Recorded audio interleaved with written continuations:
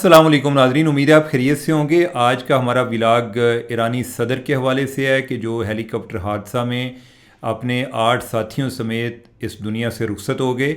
Ebrahim Raisi کون تھے اور ان کی ہلاکت ایران کے لیے کیا معنی رکھتی ہے، اور یہ جو حادثہ ہوا ہے یہ کسی سازش کا نتیجہ ہے یا کہ کوئی فنی یا موسمی خرابی کے سبب یہ ہوا ہے، اس پر ہمارا آج اوورال ولاگ ہوگا۔ تو ابراہیم رئیسی کے کل سے یہ معاملات خبریں تو چل رہی تھیں کہ ان کا طیارہ ایک اس کے ساتھ رابطہ منقطع ہو گیا اور پھر ساری رات ان کو تلاش کرتے رہے، کوئی پتہ نہیں چل رہا تھا، اور پھر صبح کو جو ترکی کے ڈرون بھی ادھر پہنچ گئے اور انہوں نے جا کر اس کی کنفرمیشن کی اور ساری ڈیٹیلز بھی کلیکٹ کر لیں۔ ترکی جو ہے وہ ڈرون انڈسٹری کے حوالے سے پچھلے 10 سال میں انہوں نے کافی گرو کیا اور ان کی ایک سفسٹیکیٹڈ ٹیکنالوجی ہے۔ جو ترکی کے صدر ہیں ان کے جو داماد ہیں وہ اس انڈسٹری کو پیٹرونائز کر رہے ہیں یا اس کو دیکھ رہے ہیں، اور کافی ان کی انویسٹمنٹ بھی ہے۔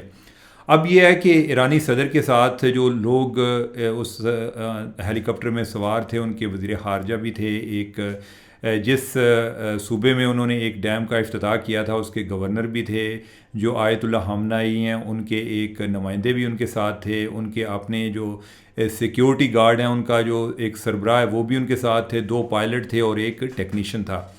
اب یہ ہے کہ جو ابراہیم رئیسی ہیں وہ ہیں کون؟ ابراہیم رئیسی جو ہیں وہ آیت اللہ خامنائی کے بہت قریبی سمجھے جاتے تھے۔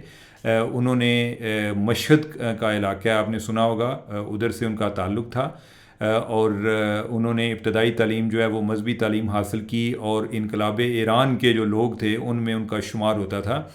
ابراہیم رئیسی جو ہیں انہوں نے ایک ایز اے پراسیکیوٹر کام کیا، وہ پراسیکیوشن کے ہیڈ بھی تھے۔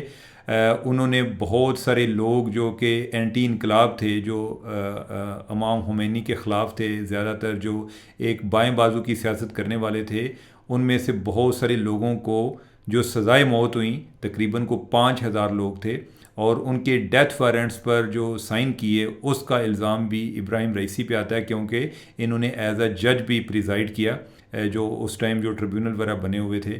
تو اگرچہ وہ کئی موقعوں پر انہوں نے ڈینائی بھی کیا، لیکن ایک اور ان کے ساتھی کے ساتھ ان کی کوئی کچھ سال پہلے ایک آڈیو بھی لیک ہوئی تھی جس میں اس پر دوسرے ساتھی ہیں انہوں نے کوئی ایک ریپینٹ کیا تھا یا انہوں نے اس کو کنڈیم کیا تھا کہ وہ ہمارا ایکشن درست نہیں تھا۔ اس کے بعد وہ جو دوسرے ساتھی تھے ان کو، وہ بھی آیت اللہ جو ہیں ابھی جو خامنائی ہیں ان کے قریب سمجھے جاتے تھے، ان کو پھر سائیڈ لائن کر دیا گیا۔ جو انہوں نے 2017 میں بھی ابراہیم رئیسی جو ہیں انہوں نے صدر کا الیکشن کنٹیسٹ کیا، اس میں ناکام ہو گئے، اور اس کے بعد ان کو چیف جسٹس بنا دیا گیا 2017 سے آن ورڈ، کوئی 2021 تک، 2019 سے 2021 تک یہ چیف جسٹس بھی رہے، اور پھر بعد میں الیکشن ہوئے تو اس پر بھی جس طرح پاکستان میں دھاندلی کے الزامات ہیں ادھر بھی کوئی اسی طرح چل رہے تھے۔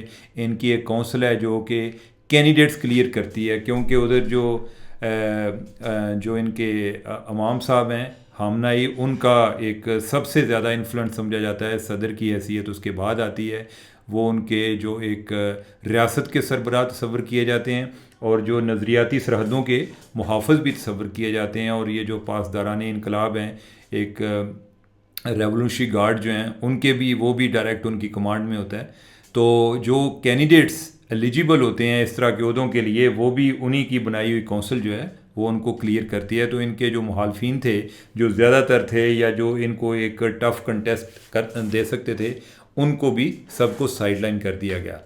اور یہ جو اس ٹائم سے صدر بن گئے، اگرچہ یہ کافی متحرک صدر کے طور پہ جانے جاتے تھے کہ یہ زیادہ تر بزی رہتے تھے، تمام صوبوں میں چکر لگاتے رہتے تھے، لوگوں کے ساتھ ملتے تھے، لیکن مذہبی لحاظ سے یہ جو ان کے امام ہیں ان کی ایک پوری طرح ان کے بالکل ایک نقش قدم پر چلتے تھے، اور جو ان کی ایک کمیٹی ہے جو کہ ایک امام کا تعین بھی کرتی ہے، اس میں بھی یہ شامل تھے۔ بیسیکلی یہ ایک آیت اللہ بھی ہیں۔ آیت اللہ آپ سمجھ لیں کہ جیسے ہمارے کنٹیکسٹ میں اگر اس کو بیان کیا جائے تو جو ایک مفتی کا درجہ ہوتا ہے وہ بھی تھا۔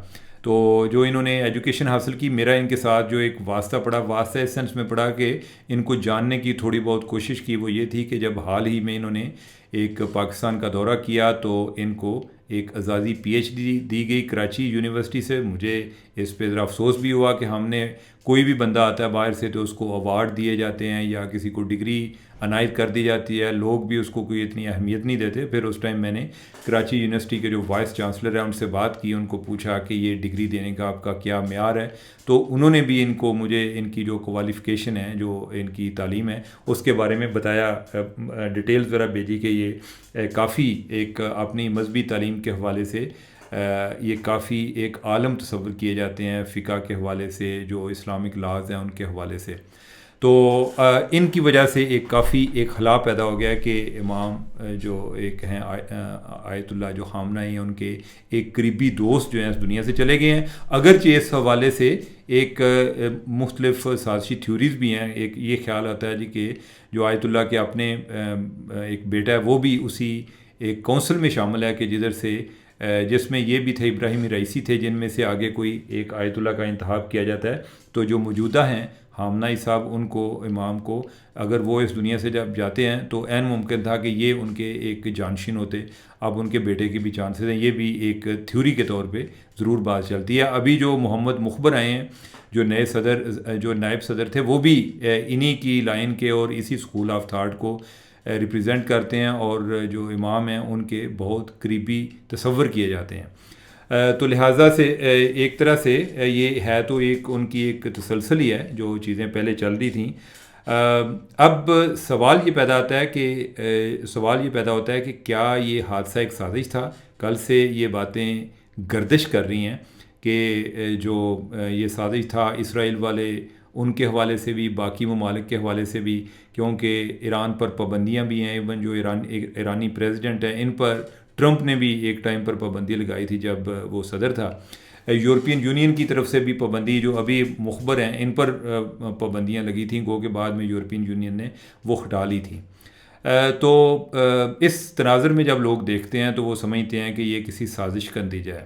اب سوال یہ پیدا ہوتا ہے کہ جو ان کے پاس ہیلی کاپٹر تھا وہ کیسا تھا؟ اس کو یہ ایک کمپنی ہے جس کا نام ہے بیل ہیلی کاپٹر, اور بیل اس کا جو اس ہیلی کاپٹر کو کہتے ہیں بیل 212. یہ ہیلی کاپٹر جو ہے کافی پرانے ہیں. ایران جو ہے وہ ایک طرح کا ایک ڈیسٹینیشن سمجھی جاتی ہے کہ پرانے ایویشن جو اس طرح کے جہاز پر ہیں. اس کی وجہ یہ ہے کہ ایران پر پابندیاں ہونے کی وجہ سے ان کو کوئی مزید چیزیں ملی نہیں. یہ ہیلی کاپٹر جو ہے بیسیکلی امریکن ہے.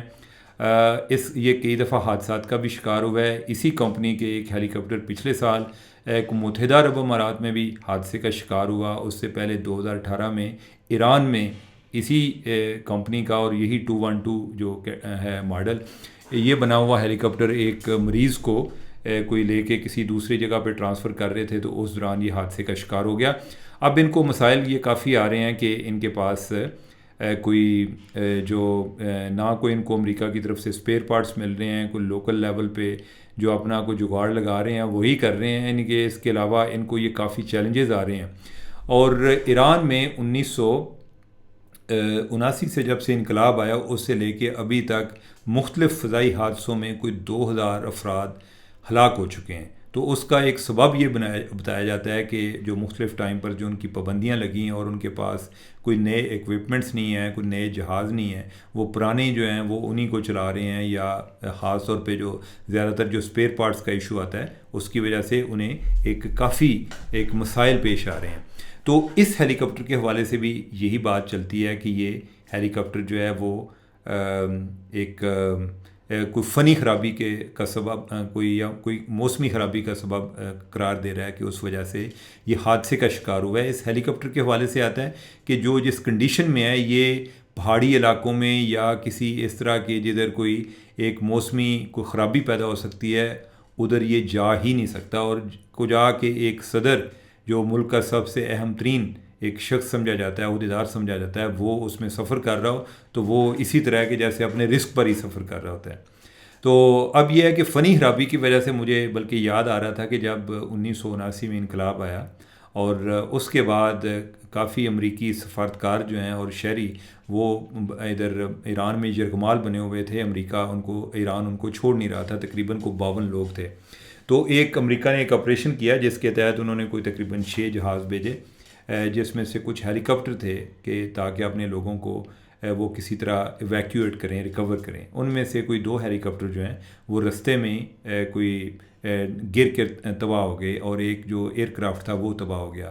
ایک ایئر کرافٹ اور ایک ہیلی کاپٹر تباہ ہو گئے، اور ایک جو ہے وہ کیپچر ہو گیا، باقی جو ہیں وہ واپس چلے گئے. تو اس ٹائم امریکہ نے کہا کہ یہ ایک موسمی خرابی کی وجہ سے یہ تباہ ہوئے ہیں. تو جو امام خمینی ہیں اس ٹائم انہوں نے کہا کہ یہ موسمی خرابی کی وجہ سے تباہ نہیں ہوئے، یہ میرے اللہ کے حکم سے تباہ ہوئے ہیں، آپ ان کو دوبارہ بھیج کر دیکھ لیں. تو اب یہ ہے کہ ان کا اپنا ہیلی کاپٹر جو ہے ان کے صدر کا وہ تباہ ہو گیا ہے. تو اس میں بھی یہ بھی بات آ رہی ہے کہ کیا یعنی کہ ابھی وہ ایران والے بھی کہہ رہے ہیں کہ یہ موسمی خرابی کی وجہ سے ہے، اگرچہ وہ اس میں ابھی تک کچھ سازش کا ایسا ذکر نہیں آیا کہ اس میں کسی ملک کا کردار تھا، لیکن وہ امریکہ کو اس لیے مورد الزام ٹھہرا رہے ہیں کہ امریکہ نے جو ان کو ایک سینکشنز لگیں اور اس کے سبب جو سپیئر پارٹس نہیں مل رہے، تو ایران میں جتنا بھی ایئر ٹریول ہے وہ لوگوں کی ایک ذاتی رسک پر ہے. جس طرح میں نے آپ کو پہلے بتایا کہ تقریباً کو 2000 کے قریب لوگ مختلف فضائی حادثات کا شکار ہو گئے ہیں. تو ابھی بھی جو امریکی سازش ہے وہ یہی ہے کہ جو ان کو اسپیئر پارٹس مل نہیں رہے، اور لہٰذا امریکہ جو ایران کی اوور آل ایویشن انڈسٹری کافی ویک تصور کی جاتی ہے. اب ایران جو ہے دفاع کے حوالے سے بھی زیادہ اپنے میزائل کو ایک بہتر کرنے کی کوشش کرتا ہے. انہیں پتہ ہے کہ ایویشن میں ہم کوئی اپنا امپروو نہیں کر سکتے. اب یہ ہے کہ ایران میں آگے کیا ہونے جا رہا ہے. ایران میں نئے صدر کا الیکشن ہوگا. نیا صدر کون بنتا ہے اس کے حوالے سے کو پہلے سے بات واضح نہیں ہے. ایران میں کوئی طریقہ کار یہی ہے کہ ایران میں کوئی ایک شخص 2 ٹرمز کے لیے دو دفعہ صدر بن سکتا ہے، اس کے بعد وہ بن نہیں سکتا. اور عام طور پہ جب وہ اس کی دوسری ٹرم کمپلیٹ ہونے والی ہوتی ہے تو اس کے بعد یہ باتیں شروع ہوتی ہیں کہ کون نیا صدر آئے گا. ان کے کیس میں جو ابراہیم رئیسی ہیں، ان کے کیس میں یہ تھا کہ ان کی جو دوسری ٹرم کے لیے انہوں نے کنٹیسٹ کرنا تھا وہ نیکسٹ ایئر ان کے الیکشن تھے. پہلے جو ہیں یہ 2021 میں صدر بنے، تو اب نیکسٹ ایئر میں اس کے الیکشن تھے. تو ابھی کوئی ایسی کوئی بات نہیں تھی کہ ان کے علاوہ بھی کوئی بن سکتا ہے. تو لہٰذا یہ 50 دن کے اندر انہوں نے الیکشن کرانا ہے. اس دوران کون بنتا ہے یہ بھی واضح نہیں ہے. اس سے پہلے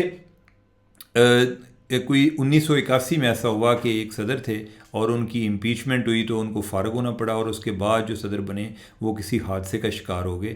ادروائز عام طور پہ کوئی 2 سال کی ان کی جو 2 ٹرمز ہیں وہ کمپلیٹ کرتے آئے ہیں.